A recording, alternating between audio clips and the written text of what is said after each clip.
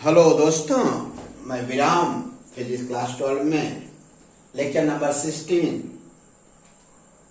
इसके पहले का जो लेक्चर नंबर 15 है, हम कंसेप्ट ऑफ पीएन संधि के बारे में हो चुका है। आइए पीएन संधि पढ़ने के बाद हम स्टार्ट करते हैं बिना सरल भाषा में। प्यारे बच्चों, जब पीएन संधि का निर्माण हो जाता है तो आप जल्दी से देखिएगा, पी क्षेत्र में बहुसंख्यक वाहक कोटर हैं और उतनी ही संख्या में स्थिर ऋणावेशित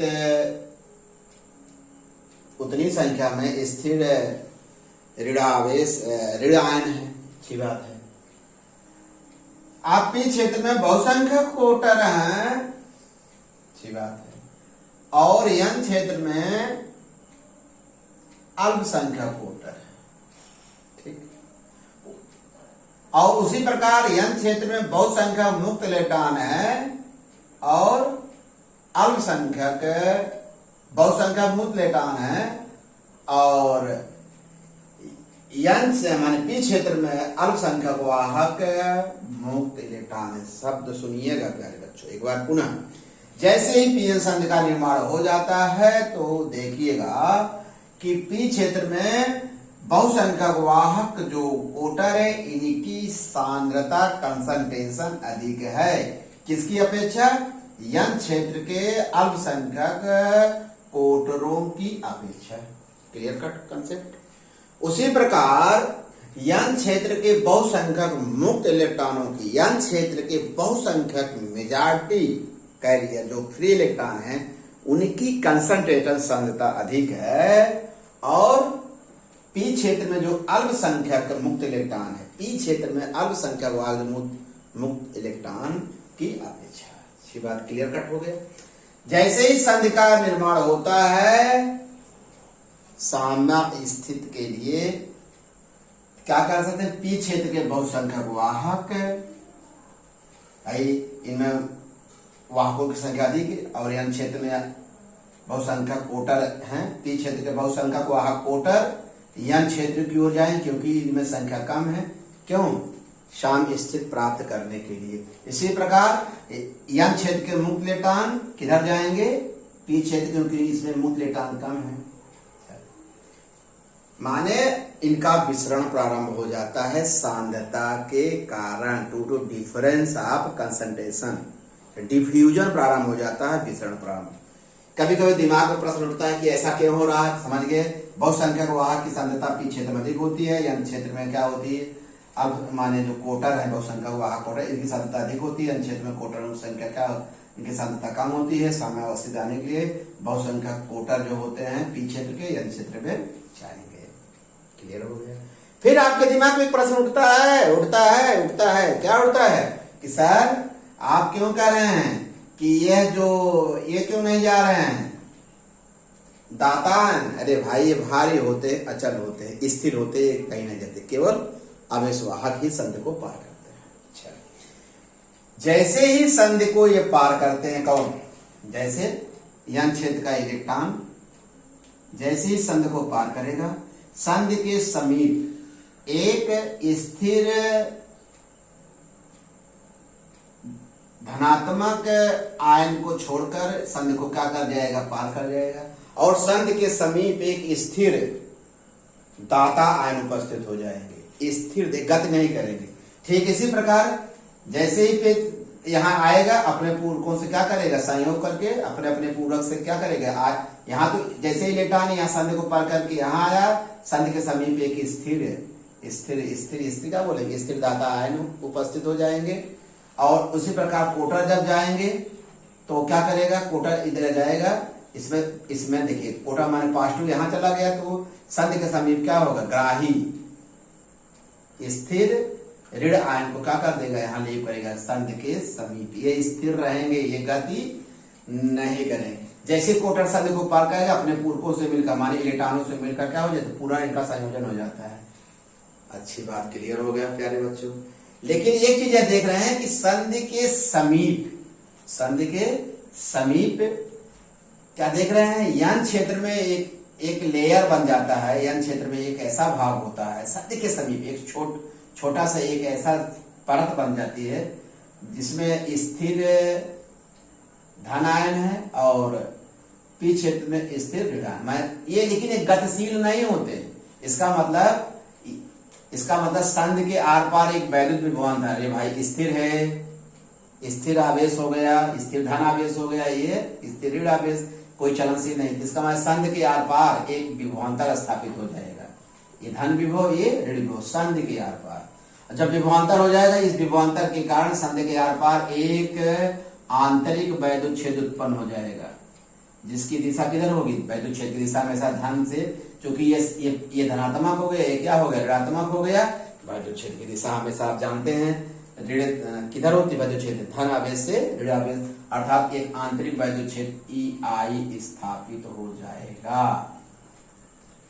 अच्छा, कुछ समय बाद विसरण प्रारंभ है, वैद्युत क्षेत्र की दिशा स्थापित, लेकिन कुछ समय जब विसरण के कुछ समय बाद, विसरण जब हो जाए कुछ समय बाद, यह जो आंतरिक वैद्युत क्षेत्र है इतना प्रबल हो जाता है कि बहुसंख्यक वाहकों का आवागमन बंद कर देता है। क्यों? इसका कारण यह है कि पी क्षेत्र में इतना ज्यादा ऋण आवेश उत्पन्न हो जाता है, स्थिर ऋण आवेश आ जाते हैं कि पी क्षेत्र में कौन आ रहा है, ऋण इतना हो जाते हैं कि यन माने पी क्षेत्र में इतना हो जाते हैं कि यन क्षेत्र से आए इलेक्ट्रॉनों को क्या कर देते हैं, पथकर्षित कर देते हैं। क्लियर कट हो गया।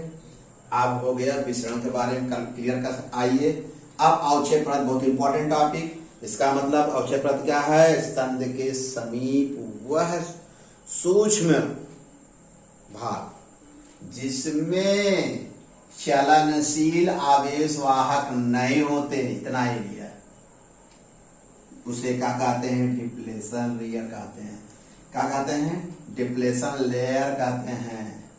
क्या कहते हैं, संधि के समीप वह परत, वह सूक्ष्म भाग जिसमें कोई चलनशील माने गतिशील, स्थिर रहेंगे, गतिशील वाहक नहीं होते, उसे अवक्षय परत कहते हैं। याद रखिएगा, बहुत इंपॉर्टेंट टॉपिक है, सुपर इंपॉर्टेंट टॉपिक। अवक्षय परत किसे कहते हैं, आप लिखेंगे पीएन संधि के निर्माण होने के बाद संधि के समीप वह परत जिसमें कोई चलनशील आवेशवाहक, गतिशील चलन आवेशवाहक नहीं होते, अवक्षय परत कहते हैं। ठीक, इस अवक्षय परत को अवक्षय रीजन भी कहते हैं, डिप्लेशन लेयर भी कहते हैं। इसे ऋण अंतरा माने इसे क्या कहते हैं, अच्छा, इसकी जो चौड़ाई होती है माइक्रोन की, माने 10⁻⁻⁶ मीटर कोड की माइक्रोन की होती है, और इसमें कोई चलनशील आवेशवाहक नहीं होते। अर्थात ध्यान रखिएगा प्यारे प्यारे बच्चों, मेरे प्यारे बच्चों, यह कुचाला की भात व्यवहार करता है। यह अर्थात यह पीएन संधि में एक वैद्युत प्रतिरोध का काम करता है। क्यों? कोई चलनशील आवेशवाहक नहीं होते। अवक्षय परत की चौड़ाई 10⁻⁶ मीटर कोड की होती है। ये क्लियर हो गया। किसके बारे में, इसके बारे में हो गया अवक्षय परत, बहुत इंपॉर्टेंट।